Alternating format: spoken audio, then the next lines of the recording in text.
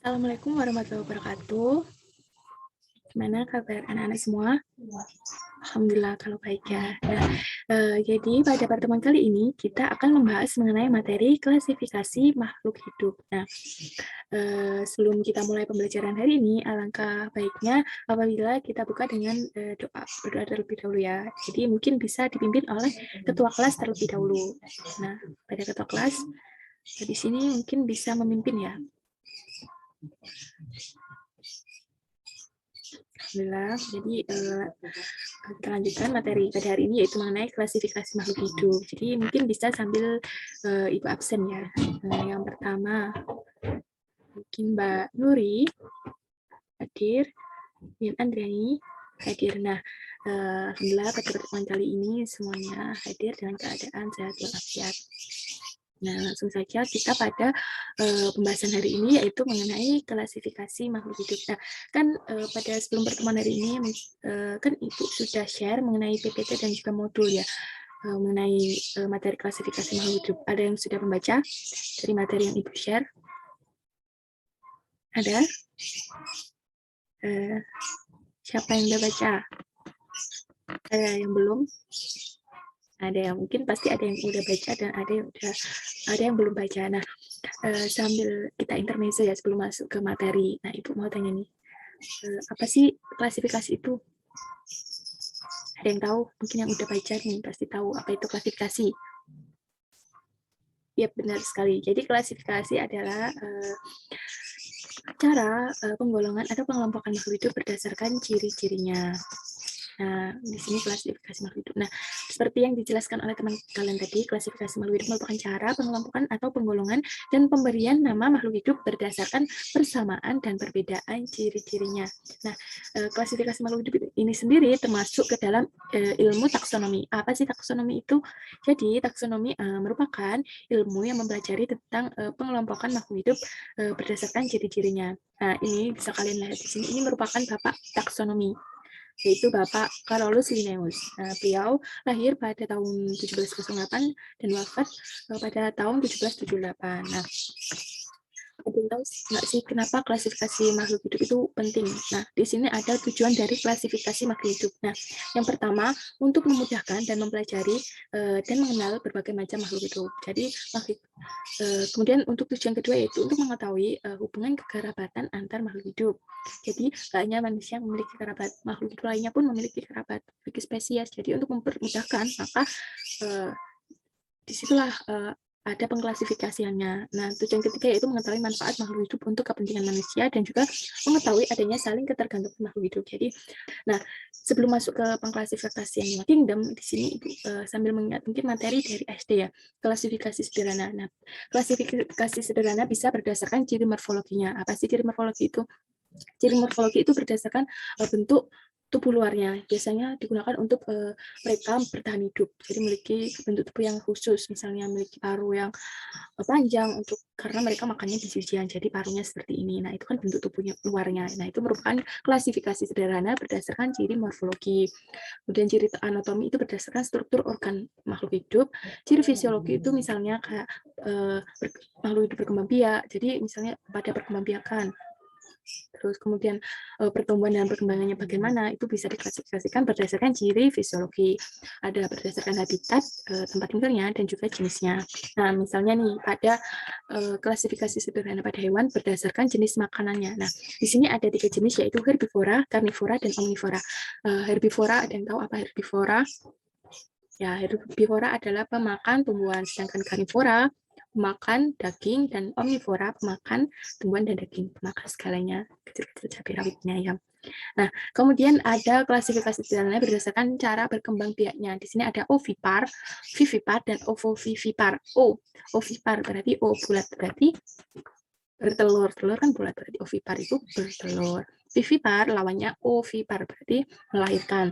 Nah, sedangkan ovovivipar ada ada vivi berarti bertelur dan juga melahirkan. Ini ada contohnya hiu. Jadi hiu itu cara berkembang biaknya dengan cara bertelur dan juga melahirkan. Nah, kalau tadi pada hewan, sekarang klasifikasi sederhana pada tumbuhan. Nah, tumbuhan ini kalau berdasarkan jumlah keping bijinya dibagi menjadi 2, ada dikotil dan monokotil. Nah, mono artinya 1. Berarti kalau monokotil, bijinya berkeping 1. Kalau di berarti 2. Jaringannya di. Awalnya D berarti 2. Kalau dikotil berarti bijinya berkeping 2. Nah, kalau biji berkeping 2 itu contohnya mangga. Kalau mangga kalian tahu bijinya kan bisa dibelah. Ada kayak belahan gitu dan bisa dibelah. Nah, berarti kan ada 2 keping itu. Berarti mangga termasuk dikotil. Nah, contoh dari monokotil sendiri, jagung dan juga padi. Misalnya kalau kalian tahu padi dan jagung kan satu kesatuan, jadi nggak bisa dibelah. Kalau jadi padi dan jagung termasuk dalam monokotil. Nah, di sini ada ciri-cirinya. Nah, di sini ada monokotil berkeping 1 dan juga dikotil berkeping 2.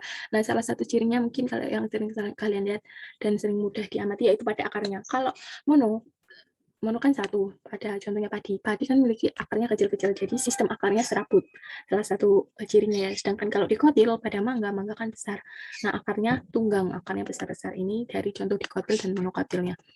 Nah, kemudian kita masuk ke klasifikasi sistem 5 kingdom. Jadi, klasifikasi makhluk hidup berdasarkan 5 kingdom ini menurut Robert ya, jadi dibagi menjadi 5. Ada animalia, ada plantae, ada fungi, ada protista, dan juga ada monera. Nah, jadi apa sih monera itu? Nah, monera merupakan makhluk hidup yang bersel satu atau unisel dan belum terdiferensiasi menjadi jaringan. Monera sendiri tidak mempunyai membran inti atau karyotika, sehingga selnya bersifat prokaryotik. Nah, contoh dari monera ada bakteri, ada ganggang biru, ada cyanobacteria, itu ganggang biru. Nah, kemudian ada protista. Nah, kingdom protista. Ada yang tahu nggak sih apa itu protista? Dan jadi protista itu makhluk hidup yang bersel satu dan juga bersel banyak atau multiseluler. Kalau monera tadi kan selnya cuma 1. Nah, kalau protista bersel 1 dan juga bersel banyak yang belum terdiferensi menjadi jaringan. Nah, protista sendiri sudah mempunyai membran inti sel atau karyotika. Tadi kan kalau monera tidak mempunyai membran inti sel. Kalau protista mempunyai membran inti sel sehingga selnya bersifat eukaryotik. Sedangkan monera tadi selnya bersifat prokaryotik. Ingatnya, jadi kalau monera bersifat eukaryotik, kalau monera bersifat prokaryotik, kalau protista bersifat eukaryotik. Kemudian untuk contoh dari protista sendiri ada protozoa, ada euglena, paramecium, dan amoeba. Ini adalah euglena, gambar euglena ya, termasuk protista.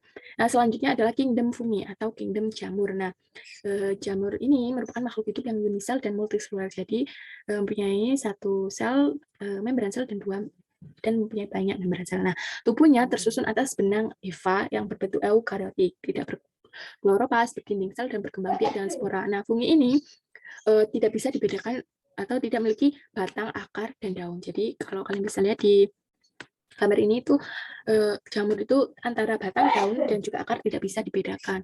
Nah, contohnya jamur itu ada banyak sekali, ada jamur merang, ada jamur hitam, ada mucor saccharomyces, ada jamur agaricus, banyak sekali jenis jamur ya.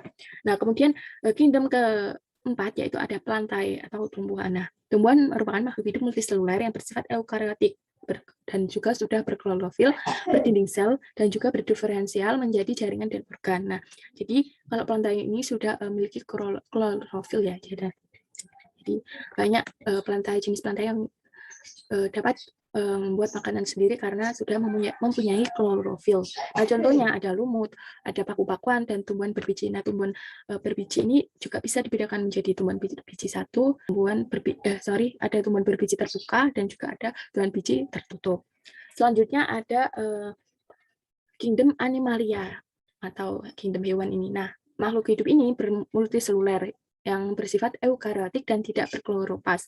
Tidak berdinding sel dan sel-selnya telah berdiferensi membentuk jaringan organ dan sistem organ. Nah, umumnya animalia ini dapat bergerak bebas. Contohnya ini porifera. Nah, ini gambar ini merupakan porifera, coleanterata, dan vertebrata. Nah, kalau vertebrata ini ada vertebrata yaitu hewan yang memiliki tulang belakang dan tidak memiliki tulang belakang. Nah, mungkin dari sini ada yang ditanyakan atau ada yang belum dipahami, bisa sambil kita diskusikan. Misalkan kalau ada yang belum dipahami bisa langsung ditanyakan. Belum ada karena belum ada yang ditanyakan, giliran ibu yang bertanya kepada kalian.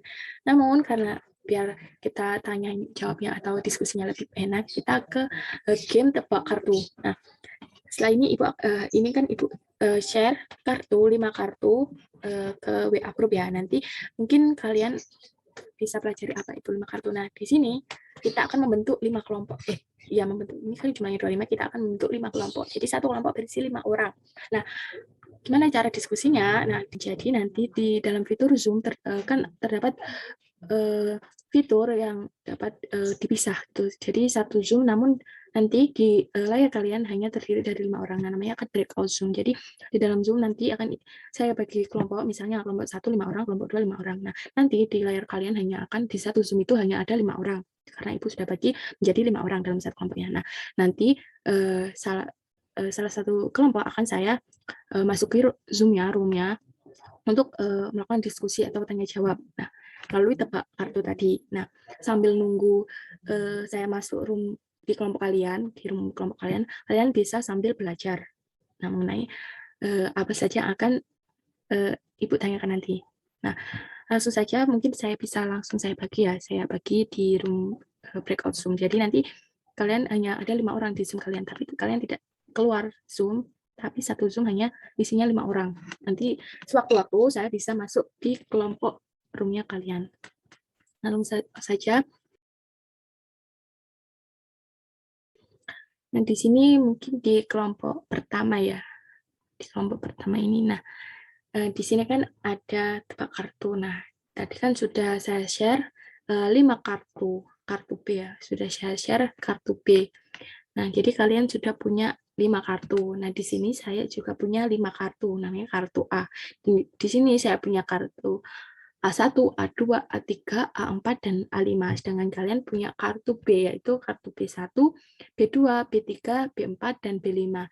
Nah, tugas kalian memasangkan kartu A dengan kartu B. Jadi nanti saya akan mengeluarkan satu kartu. Nah, di sini kalian akan memasangkan kartu itu pasangannya dari kartu yang kalian punya yang mana, gitu ya. Di sini kan ada 5 orang, dalam satu kelompok ini kan ada 5 orang. Jadi nanti karena saya punya 5 kartu dan kalian punya 5 kartu, nanti bisa satu-satu dalam memasangkannya. Langsung saja ini dari siswa 1. Nah, di sini kan saya punya kartu A1. Nah, kalian tebak pasangan dari A1. Mungkin bisa dimulai dari siswa nomor 1. Ini pasangannya adalah waktu 10 detik ya, sambil mencari-cari. Ya, benar. Jadi ini adalah Kingdom Monera. Gambar A1 ini adalah gambar bakteri. Nah, bakteri termasuk ke dalam Kingdom Monera. Nah, ciri-ciri dari bakteri ini adalah berukuran kecil, terdiri dari satu sel atau uniseluler, dan tidak memiliki membran inti atau prokariotik sesuai dengan ciri-ciri dari Kingdom Monera tadi. Nah, ciri-ciri bakteri ini ukuran tubuhnya berdiameter 0,1 sampai 1 mikro dengan panjang 1 sampai 20 mikro. Nah, mungkin kalian bisa melihat bakteri ini melalui mikroskop ya. Jadi kalian setelah ini mungkin setelah ada kesempatan nanti akan saya ajak untuk mengamati bakteri melalui mikroskop. Nah, ciri bakteri lain yaitu hidupnya berkoloni atau secara soliter. Kemudian ada kartu kedua. Saya punya kartu A2. Nah, pasangan dari kartu A2 ini adalah siswa kedua, mungkin bisa menjawab. Animalia, salah. Jadi, pasangan dari kartu A2 adalah B1. Apa B1? Protista. Jadi, gambar A1 ini termasuk ke dalam Kingdom Protista. Nah, pada gambar A2 ini memiliki ciri-ciri berwarna hijau dan mengandung klorofil. Nah, ini kan berwarna hijau. Selnya berbentuk oval dan memanjang. Nah, berbentuk memanjang, oval dan memanjang. Di salah satu ujungnya terdapat mulut sel. Dari mulutnya muncul satu flagela ini. Terdapat mulut sel dan dari mulutnya muncul satu flagela ini. Flagela ini dinamakan flagela dan berfungsi sebagai alat gerak. Jadi A1 ini merupakan Kingdom Protista. Kemudian gambar ketiga, di sini saya punya A3. Yang bisa jawab, siswa ketiga mungkin bisa jawab. Ya, benar sekali. Ini adalah fungi. Jadi, ciri-cirinya. Ini jamur ya, bisa dilihat ini jamur. Jamur itu apa? Fungi. Nah, ini paling gampang. Di sini tubuhnya belum dapat dibedakan antara akar, batang, dan daun sesuai dengan ciri-ciri fungi tadi. Nah, struktur selnya menyusun. Tubuh fungi bersifat eukariotik dan inti sel memiliki membran inti dan memiliki dinding sel yang terbuat dari kitin. Tidak berklorofil sehingga tidak bisa membuat makanan sendiri. Jadi fungi ini bersifat parasit yang mereka menghisap makanan dari makhluk hidup yang ditumpanginya. Bentuk tubuhnya ada yang bersel satu, ada yang uniseluler, dan ada yang multiseluler. Kemudian di sini saya punya gambar A4. Apa pasangan dari gambar A4? Kartu nomor berapa? Ya, benar sekali. Jadi A4 ini termasuk kingdom Animalia. Nah, ini adalah gambar ubur-ubur ya. Jadi termasuk kingdom Animalia. Nah, ciri-cirinya tubuhnya berbentuk simetris, radial, dan terdiri dari 2 lapisan jaringan diploblastik. Nah, menggunakan rongga tubuh sebagai tempat pencernaan makanan, pengedar sari makanan, dan pengeluaran makanan. Nah, ubur-ubur ini mempunyai tentakel disertai zat beracun yang mengandung kapsul penyengat untuk mempertahankan hidupnya. Kemudian umumnya ubur-ubur ini merupakan karnivora atau hewan pemakan daging. Namun ubur-ubur ini tidak aktif dalam mengejar mangsanya untuk dimakan. Nah, tebak pasangan gambar A5 yaitu nah ya pelantai, mungkin sisanya ya ini A5 sisa B5. Jadi ini termasuk pelantai. Nah, ciri-cirinya tubuhnya makroskopis dengan ukuran bervariasi, termasuk organisme multiseluler dan eukariotik, memiliki dinding sel. Dan kalau pelantai ini sudah mempunyai akar, batang, daun sejati yang jelas ya, berbeda dengan fungi tadi yang tidak memiliki akar, batang, dan daun. Nah, ini adalah tumbuhan spermatopita bersifat autotrof, dapat menghasilkan makanan sendiri melalui proses fotosintesis. Kemudian memiliki berkas pengangkut berupa xilem dan phloem. Berkas pengangkut berupa ya xilem dan phloem. Kalau xilem itu pengangkut air dan mineral dari tanah, dan phloem mengangkat zat masakan hasil fotosintesis dari daun untuk disalurkan ke seluruh tubuhnya. Nah, tadi sudah selesai tebak gambarnya. Nah, sambil menunggu saya akan masuk ke kelompok lain, mungkin kalian bisa sambil istirahat. Tapi tidak boleh meninggalkan room Zoom. Jadi, tetap di depan HP atau laptop kalian, tapi tidak boleh meninggalkan room Zoom. Karena sewaktu-waktu bisa Ibu panggil. Setelah ini, Ibu selesai akan ada informasi ya. Jadi, sambil menunggu, ingat, sambil menunggu Ibu di kelompok lain, kalian bisa sambil istirahat, makan, dan minum, tapi tidak boleh meninggalkan room Zoom. Oke, saya izin live di room ini, akan pindah di room kelompok lain. Oke, nah gimana tadi diskusi tebak gambarnya? Alhamdulillah sudah banyak yang paham ya mengenai cara mengklasifikasikannya. Nah, mungkin ada dari satu perwakilan Ibu mau minta satu kalimat yang mungkin kalian ingat mengenai materi hari ini. Ada yang mau jawab? Ya, benar. Ya, klasifikasi adalah cara pengelompokan atau penggolongan makhluk hidup berdasarkan persamaan cirinya. Kemudian ada lagi yang mau jawab?